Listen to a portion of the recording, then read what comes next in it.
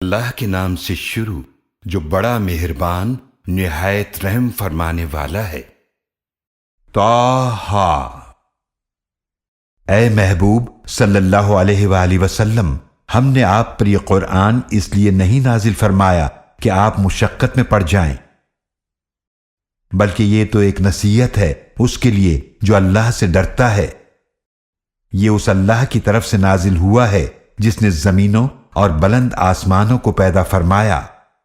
وہ بڑا مہربان عرش پر اپنی شان کے لائق جلوہ فرما ہوا۔ اسی کا ہے جو کچھ آسمانوں میں ہے اور جو کچھ زمینوں میں ہے اور جو کچھ ان دونوں کے درمیان ہے اور جو کچھ زمین کی انتہائی گہرائی میں ہے۔ اور اگر تم زور سے بات کہو یا آہستہ تو وہ پوشیدہ بات اور اس سے زیادہ چھپی ہوئی بات جانتا ہے۔ اللہ وہ ہے جس کے سوا کوئی معبود نہیں، اسی کے لیے سب اچھے نام ہیں۔ اور کیا آپ کے پاس موسیٰ علیہ السلام کی خبر آئی؟ جب انہوں نے ایک آگ دیکھی تو انہوں نے اپنے گھر والوں سے فرمایا کہ تم یہیں ٹھہرو، بے شک میں نے آگ دیکھی ہے، شاید میں تمہارے لیے بھی اس میں سے کوئی چنگاری لے آؤں یا آگ کے پاس میں کوئی رہنمائی پالوں۔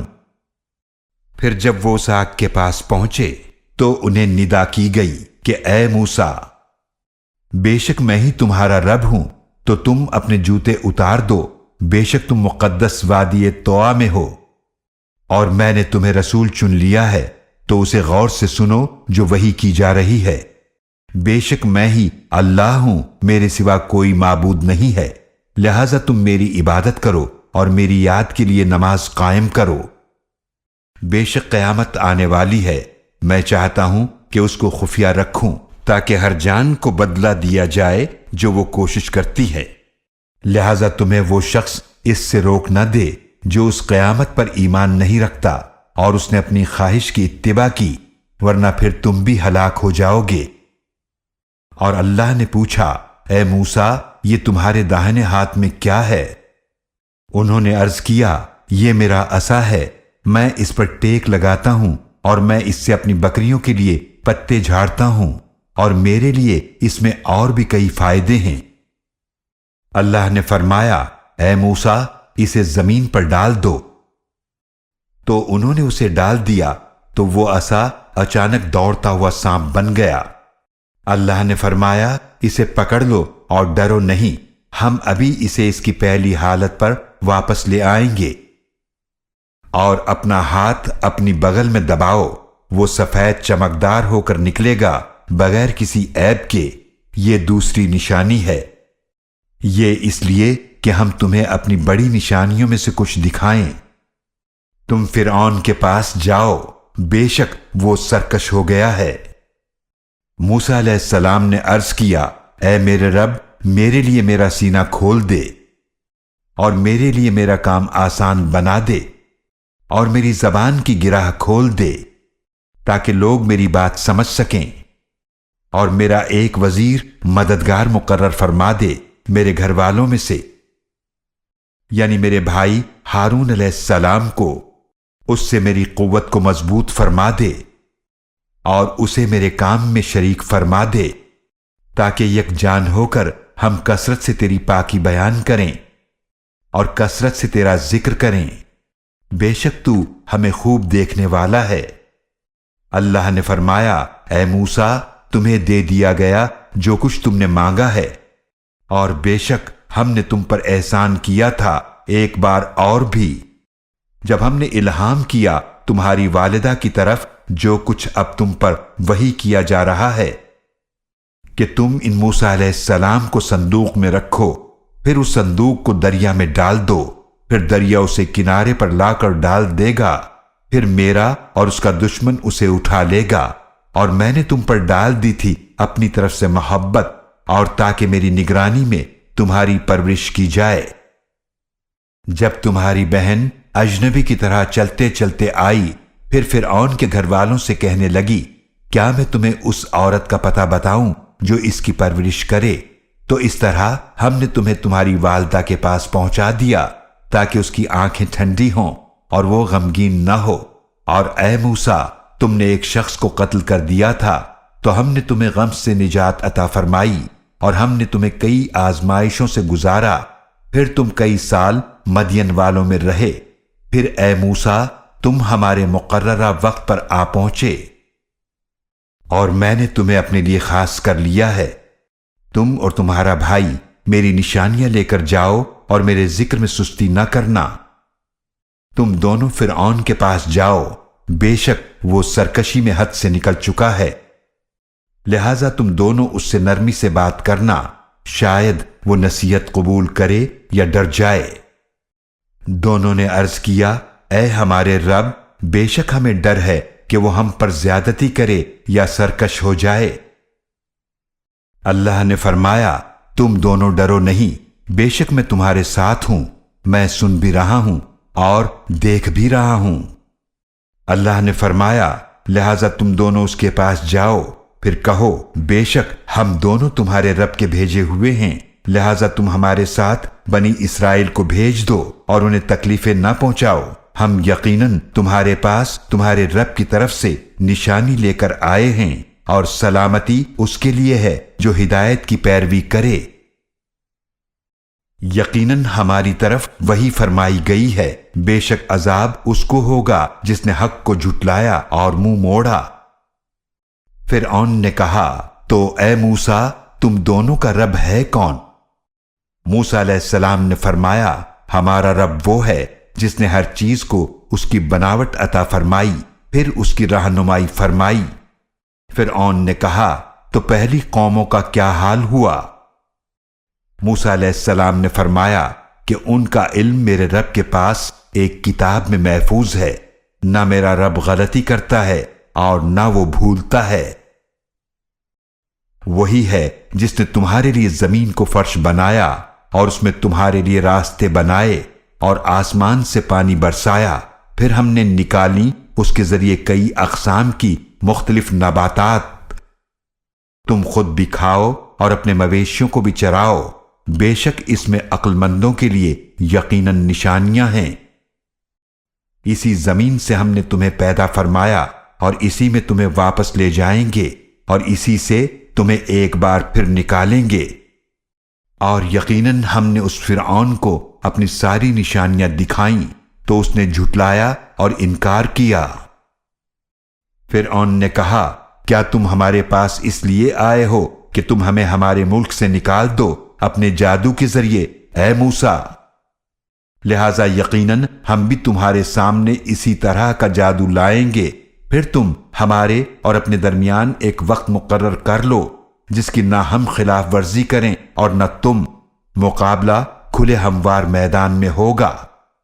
موسیٰ علیہ السلام نے فرمایا، تمہارے وعدے کا دن جشن کا دن ہے، اور یہ کہ دن چڑھتے ہی لوگوں کو جمع کر لیا جائے۔ تو فرعون اپنی جگہ واپس چلا گیا تو اس نے اپنی چالیں جمع کی، پھر مقابلے کے لیے آ گیا۔ موسیٰ علیہ السلام نے ان جادوگروں سے فرمایا، تم پر افسوس ہے، اللہ پر جھوٹ نہ باندھو، ورنہ وہ تمہیں ایک سخت عذاب کے ذریعے تباہ و برباد کر دے گا، اور واقعی وہ شخص ناکام ہوا جس نے جھوٹ باندھا۔ چنانچہ وہ اپنے معاملے میں آپس میں جھگڑ پڑے اور چپکے سرگوشیاں کرنے لگے۔ وہ کہنے لگے، یہ دونوں واقعی جادوگر ہیں جو چاہتے ہیں کہ تمہیں تمہاری سرزمین سے نکال دیں اپنے جادو کے ذریعے اور تمہارے بہترین طریقے یعنی مذہب کو ختم کر دیں۔ لہذا تم اپنی ساری چالیں جمع کر لو، پھر صفیں باندھ کر آؤ، اور یقیناً آج وہ کامیاب ہو گیا جو غالب رہا۔ جادوگر بولے، اے موسیٰ، یا تو تم ڈالو یا ہم ہی پہلے ڈالتے ہیں۔ موسیٰ علیہ السلام نے فرمایا، بلکہ تم ہی پہلے ڈالو۔ پھر اچانک ان کی رسیاں اور لاٹھیاں ان کے جادو کے اثر سے موسیٰ علیہ السلام کو ایسی محسوس ہونے لگیں جیسے وہ دوڑ رہی ہیں۔ تو موسیٰ علیہ السلام کو اپنے دل میں کچھ خوف محسوس ہوا۔ ہم نے فرمایا کہ خوف مت کرو، بے شک تم ہی غالب رہو گے، اور تم عصا زمین پر ڈال دو جو تمہارے دائیں ہاتھ میں ہے، وہ اس کو نگل جائے گا جو کچھ انہوں نے بنایا ہے، بے شک جو کچھ انہوں نے بنا رکھا ہے وہ صرف جادوگر کا دھوکہ ہے، اور جادوگر کامیاب نہیں ہوگا جہاں کہیں حق کے مقابلے میں آئے۔ تو جادوگر سجدے میں گر پڑے۔ وہ کہنے لگے ہم ہارون علیہ السلام اور موسیٰ علیہ السلام کے رب پر ایمان لائے۔ فرعون بولا تم اس موسیٰ علیہ السلام پر ایمان لے آئے ہو اس سے پہلے کہ میں تمہیں اجازت دوں؟ بے شک وہ تمہارا بڑا ہے جس نے تمہیں جادو سکھایا ہے، تو اب میں ضرور کاٹوں گا تمہارے ہاتھ اور تمہارے پاؤں مخالف سمتوں سے، اور تمہیں ضرور سولی پر لٹکا دوں گا کھجور کے تنوں پر، اور تم ضرور جان لوگے ہم میں سے کس کا عذاب سخت اور زیادہ دیر باقی رہنے والا ہے۔ انہوں نے کہا ہم تجھے ہرگز ترجیح نہیں دیں گے ان واضح دلائل پر جو ہمارے پاس آ چکے ہیں، اور اس اللہ پر جس نے ہمیں پیدا فرمایا ہے، لہذا تو کر لے جو تو کرنے والا ہے، تو صرف اس دنیا کی زندگی کے متعلق ہی فیصلہ کر سکتا ہے۔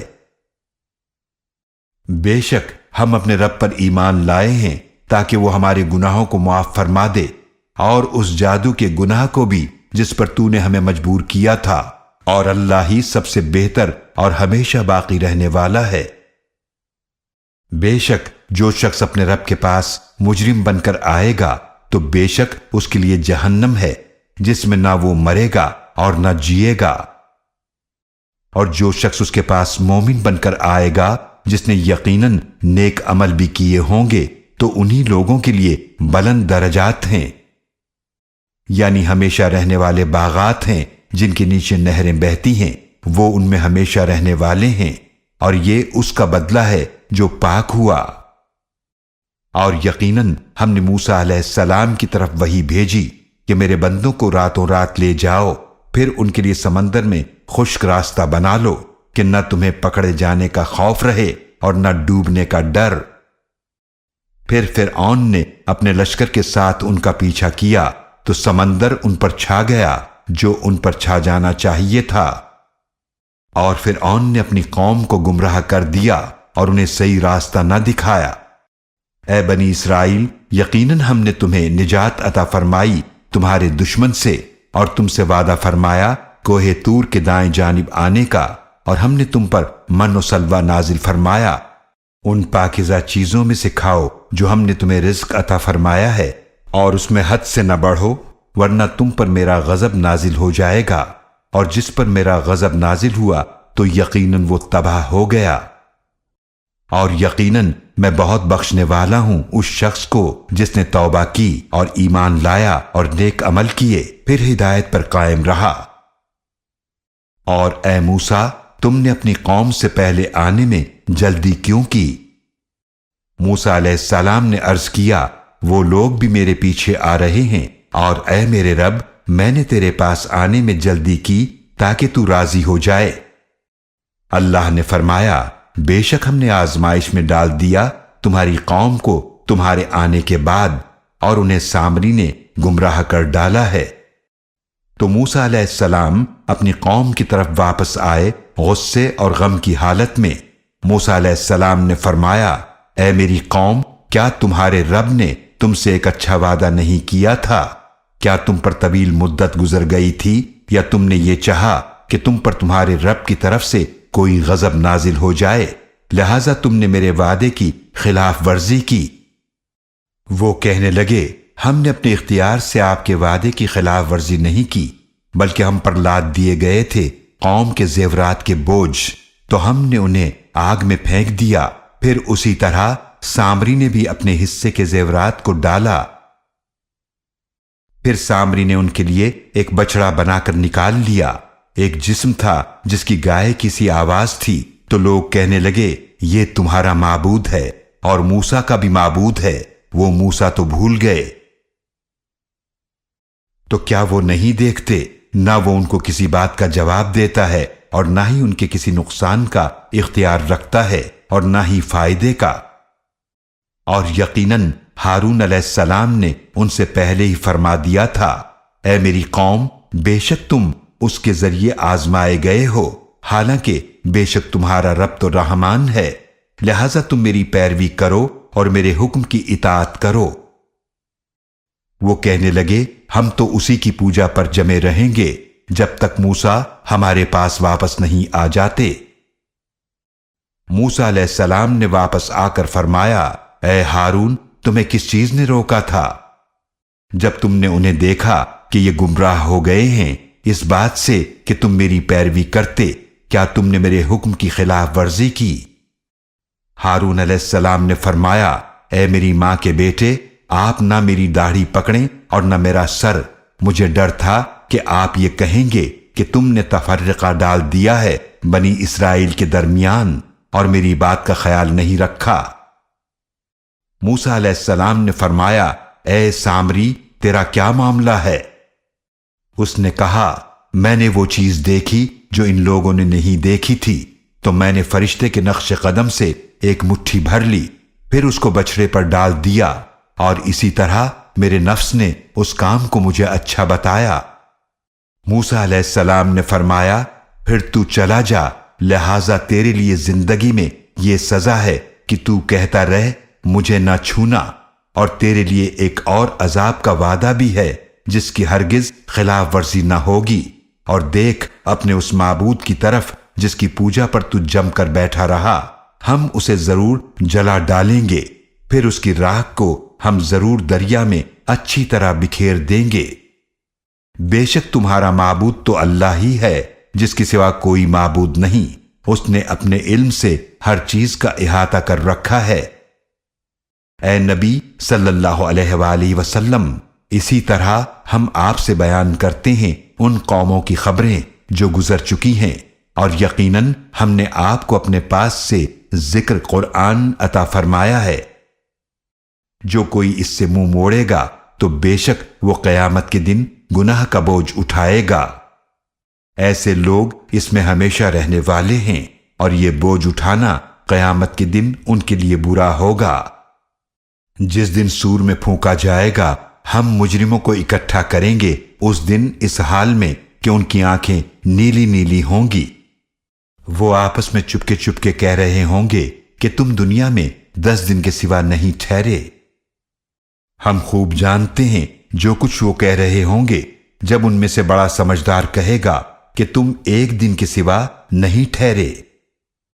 اور اے محبوب صلی اللہ علیہ وآلہ وسلم، وہ آپ سے پہاڑوں کے بارے میں پوچھتے ہیں تو آپ فرما دیجئے کہ میرا رب انہیں دھول بنا کر اڑا دے گا، اور زمین کو ایسا صاف میدان بنا دے گا کہ جس میں آپ نہ کہیں پستی دیکھیں گے اور نہ بلندی۔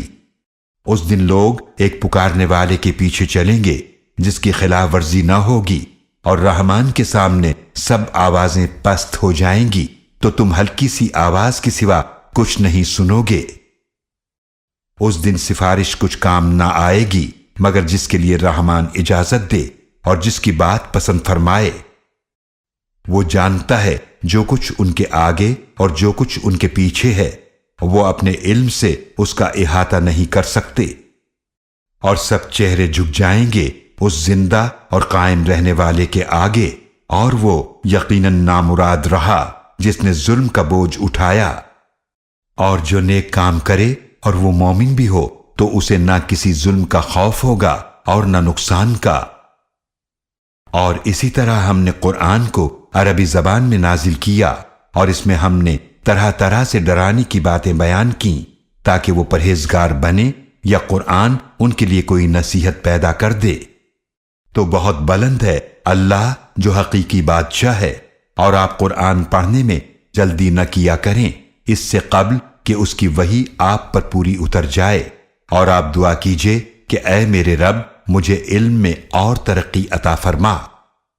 اور یقیناً ہم نے اس سے پہلے آدم علیہ السلام سے بھی عہد لیا تھا تو وہ بھول گئے، اور ہم نے ان میں خطا کا کوئی عزم نہ پایا۔ اور جب ہم نے فرشتوں سے کہا کہ آدم علیہ السلام کو سجدہ کرو تو سب نے سجدہ کیا سوائے ابلیس کے، اس نے انکار کیا۔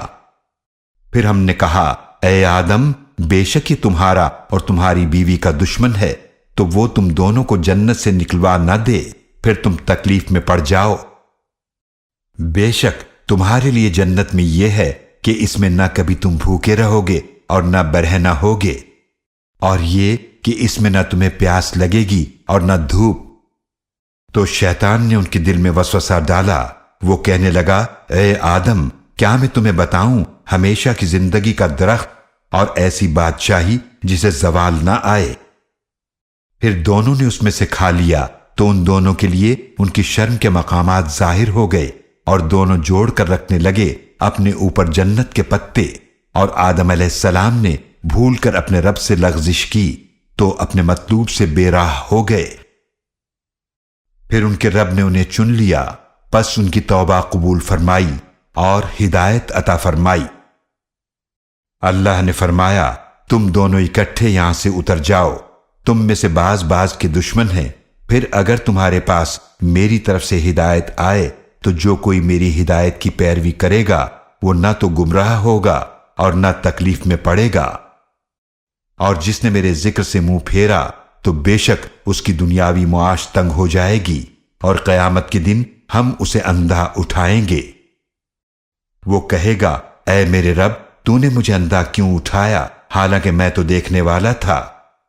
اللہ فرمائے گا اسی طرح تمہارے پاس ہماری آیتیں آئی تھیں، پھر تم نے انہیں بھلا دیا، اور اسی طرح آج تمہیں بھی نظر انداز کر دیا جائے گا، اور اسی طرح ہم بدلہ دیں گے اسے جو حد سے گزرے اور اپنے رب کی آیتوں پر ایمان نہ لائے، اور یقیناً آخرت کا عذاب بہت سخت اور ہمیشہ باقی رہنے والا ہے۔ تو کیا انہیں اس بات سے رہنمائی نہ ملی کہ ہم ان سے پہلے کتنی ہی قوموں کو ہلاک کر چکے جن کے رہنے کی جگہوں میں یہ چلتے پھرتے ہیں؟ یقیناً اس میں عقل والوں کے لیے نشانیاں ہیں۔ اور اگر آپ کے رب کی بات پہلے سے طے شدہ نہ ہوتی اور ایک مقررہ وقت نہ ہوتا تو ان پر عذاب کا آنا لازم ہو جاتا، تو آپ ان کی باتوں پر صبر کیجئے اور اپنے رب کی حمد کے ساتھ تسبیح بیان کیجئے۔ سورج کے طلوع سے پہلے نماز فجر میں، اور غروب ہونے سے پہلے نماز عصر میں، اور رات کے کچھ اوقات نماز مغرب اور عشاء میں تسبیح کیجئے، اور دن کے کناروں پر زوال کے بعد ظہر کے وقت بھی، تاکہ آپ انعام سے راضی رہیں۔